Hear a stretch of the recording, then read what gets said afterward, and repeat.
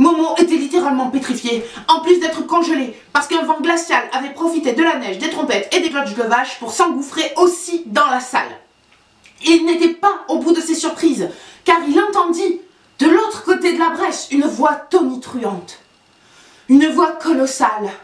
Une voix aussi effrayante et imposante que celle du pire prof que vous ayez rencontré, dont le regard seul suffit à vous faire lâcher le stylo 4 couleurs sur lequel vous vous acharniez à faire clic, clic, clic, clic, clic, clic, clic depuis le début du cours avec le petit bouton qui sert à faire entrer et sortir la mine. Une voix qui prononça comme du fond de la caverne d'Ali Baba: Momo!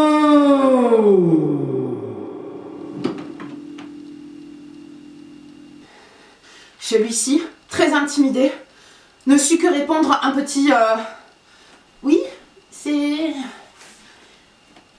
à moi que vous parlez? Qui d'autre s'appelle Momo ici? Le vaillant petit journaliste, plus très vaillant, qui tremblait sur ses guiboles, amorça le regard circulaire à la Clint Eastwood dont il avait le secret, qui lui permit de bien se rendre compte qu'il était décidément et irrémédiablement, désespérément seul. Personne. Au moment même où il prononça sa réponse, dans un délire d'étincelles papillonnantes, de flocons de neige s'éparpillant au petit bonheur la chance, dans les rayons surnaturels d'un soleil aveuglant, de petites voix d'anges qui reprenaient en chantant faux le ta-ta-ta-ta de Beethoven, jaillit dans la salle, à travers la brèche, elle aussi, comme si elle effectuait l'atterrissage d'un concurrent de saut à ski des Jeux Olympiques. Une immense silhouette blanche enrobée dans une toge flappie, flappante par la vitesse quasi supersonique du vol, tout ça au ralenti comme dans Matrix. Momo, toujours au ralenti, la bouche si grande ouverte qu'on pouvait y voir la couleur de son caleçon, observait la silhouette planer au-dessus de lui, fasciné par cette apparition féerique, jusqu'à ce que la dite apparition féerique aille langoureusement, car toujours au ralenti, s'encastrer de toute sa flappante inertie dans l'immense baie vitrée qui s'épanouissait de l'autre côté de la pièce, en face du dit mur en béton, dans un pathétique mais néanmoins grandiose Badablau. Beethoven s'arrêta net de jouer. Les tyroliens dessoulèrent tous d'un seul coup, laissant échapper encore quelques ding-dong de cloches de vache en fin de course, et les angelots se mirent à chouigner. Les conséquences de l'impact que produisit la rencontre inopinée et spectaculaire de la silhouette sur la baie vitrée, je vous la laisse imaginer. Celle-ci fut pulvérisée, la baie vitrée, hein, pas la silhouette, en 1 milliard de petits morceaux de verre semblables à 1 milliard de petits amas de glace scintillants, c'était de saison et de circonstances, à 4826 mètres d'altitude, qui retombèrent dans une grasse toute polaire sur la fameuse silhouette qui avait chu par le trou.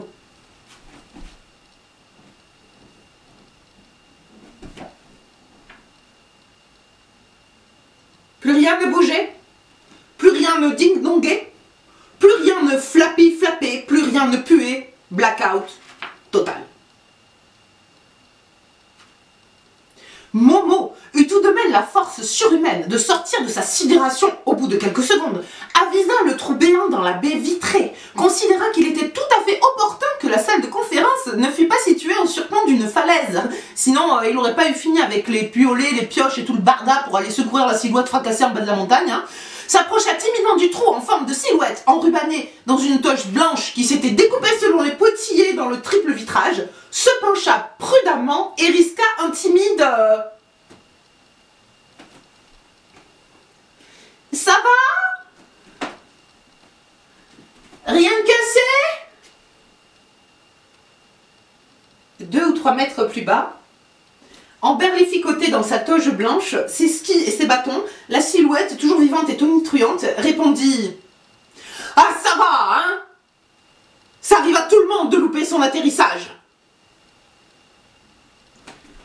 Je peux vous aider? Demanda gentiment Momo. La ferme! Et tous les dinguelings, les tyroliens, les angelots et les cloches de vache se remirent à reprendre de plus belle l'ouverture de la 5e avec l'énergie du désespoir. À vous aussi, hein? La ferme! Oh là, elle avait pas l'air commode, hein, la silhouette, hein. en grommelant, en râlant, en trébuchant dans sa toge, en se prenant les pieds dans les skis et les bâtons, elle parvint tout de même, grâce à ses super pouvoirs de superpuissance divine, à remonter la pente, comme on dit. Non, ne rigolez pas, c'est pas beau de se moquer. Et à se hisser tant bien que mal sur la moquette quintuple épaisseur en laine d'alpaga sauvage de la grande salle de conférence. Le temps de se refaire une beauté, en tout cas de reprendre une apparence convenable après cette entrée fracassante. La silhouette se dressait telle la réplique en marbre de la statue de la Piazza della Signora devant les yeux médusés de Momo. L'oiseau avait repris toute son envergure. « Momo !» répéta la silhouette. « Ça perd l'hypopète !» répéta Momo. « Ne jure pas devant moi !» répliqua la silhouette courroucée qui fronçait elle aussi les sourcils. « Tu ne te rends pas compte de l'insigne honneur que je te fais en révélant ma majestueuse personne devant un petit mortel tel que toi. Ne sais-tu donc pas qui je suis ?» Il avait l'air vraiment pas jouasse. Il s'agissait en réalité d'un grand homme plein de rides, qui avait l'air d'avoir 3000 ans, à la barbe fleurie et à la toge humide. En connaissant désormais le type d'entrée ébouriffante dont ce vieux monsieur était capable, et ne sachant en demeurant pas du tout à qui il avait affaire, Momo préféra se présenter lui-même, et peut-être que le vieux monsieur en ferait autant. Notre vaillant petit journaliste, oubliant dans la panique que le vieux monsieur connaissait déjà son prénom. Ce ne fut pas sans une légère appréhension que Momo tendit sa main droite à ce visiteur spectaculaire.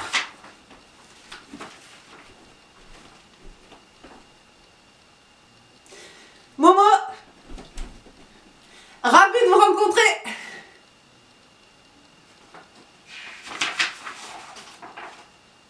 Je sais qui tu es, idiot. Bravant les recommandations que lui hurlait sa conscience, son bon sens et tous ses instincts de survie réunis, Momo tenta un... À qui ai-je l'honneur?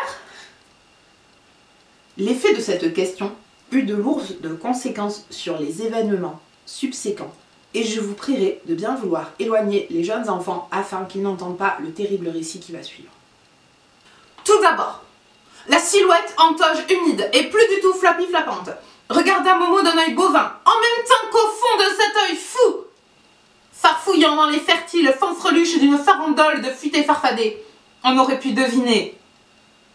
Loin, dis-je, très loin, au fond de cet œil, pour le moment impénétrable comme l'étaient les voies nasales de la silhouette qui n'avait cure d'une quelconque inhalation du gros équipu, on aurait pu deviner, dis-je. Si l'on avait pu observer le fin fond de cet œil avec un instrument de torture ophtalmique, le début du commencement, du bout de la queue de la naissance d'une lueur d'indignation.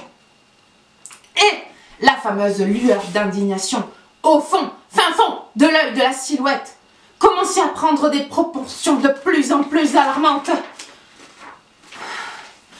Imaginez, sous vos mirettes ébahis, cette petite étincelle d'indignation se répandre grand V jusqu'au plus petit des petits doigts de la silhouette anonymée entogée comme l'allègre petite pigne de pain innocemment enflammée en plein mois de juillet dans les calanques de cassis propagent dans la colline des flammes hautes comme des immeubles, délogeant du même coup de leur habitat champestre toute une population caracolante de cigales cricritantes, d'écureuils dodus et de petits lapins. Bref, même la totalité de la compagnie surentraînée des marins-pompiers de Marseille n'aurait pas pu venir à bout de l'embrasement incendiaire de colère dévastatrice qui montait tout au long de l'échine de la silhouette. Et franchement, je sais pas si c'était la fumée ou quoi, mais je peux vous assurer que c'était pas beau à voir. Le champion toute catégorie de l'atterrissage en saut à ski dans les baies vitrées. Depuis cet événement, ils en ont fait une discipline olympique qui, hélas, n'accueille plus beaucoup de participants, rapport aux effets néfastes des baies vitrées sur l'intégrité physique des athlètes. Eh ben, quand il s'énervait, il faisait pas semblant.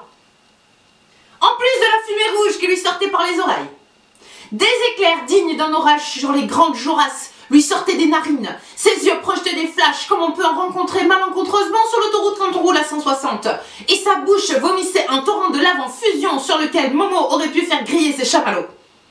Je vais m'arrêter là, même si, comme dans l'anatomie humaine, le grand homme plein de poils et plein de rides possédait d'autres orifices bien cachés, par lesquels il aurait pu être susceptible d'expulser les matières organiques les plus inattendues, les unes que les autres. Mais vraiment, là, vous racontez ça maintenant, ce serait vraiment dégueulasse et je m'en voudrais de choquer qui que ce soit dans l'assistance. Vous voulez savoir ce qui sortait des autres orifices ou pas? L'assistance insiste? Bon, d'accord. Eh bien, mesdames et messieurs, vous me croirez ou vous ne me croirez pas, c'est-il vrai, c'est-il pas vrai? Le nombril du vieux bonhomme s'était débouchonné d'un coup comme une bouteille de champagne du jour de l'an qu'on a laissé se réchauffer toute la soirée sous le soleil des tropiques. Et il en jaillit une espèce de purée de pois cassés mal mixée du dimanche soir, avec les saucisses et tout, mélangée à la marmelade de Mamie Josette, qu'elle rate à chaque fois et qu'elle essaie quand même d'engaver ses petits-enfants en le faisant culpabiliser avec ses œufs de coquère qu'on va piquer. Tout ça dans une pétarade de pimpon que les camions, cette fois de la compagnie surentraînée des marins-pompiers de Marseille et de toutes les Bouches-du-Rhône réunies, plus ceux du Var et du Vaucluse, plus les poètes assourdissants des canadaires qui les accompagnent généralement en tournée, surmontés de l'ensemble philharmonique de l'orchestre tyrolien au grand complet qui s'était réveillé de leur sieste à cause du bruit, suivi des angelots qui fermaient la marche en faisant chica chica avec des maracas, venus tout droit du fin fond de l'Amérique centrale, instrument très avantageux pour animer une petite soirée entre amis.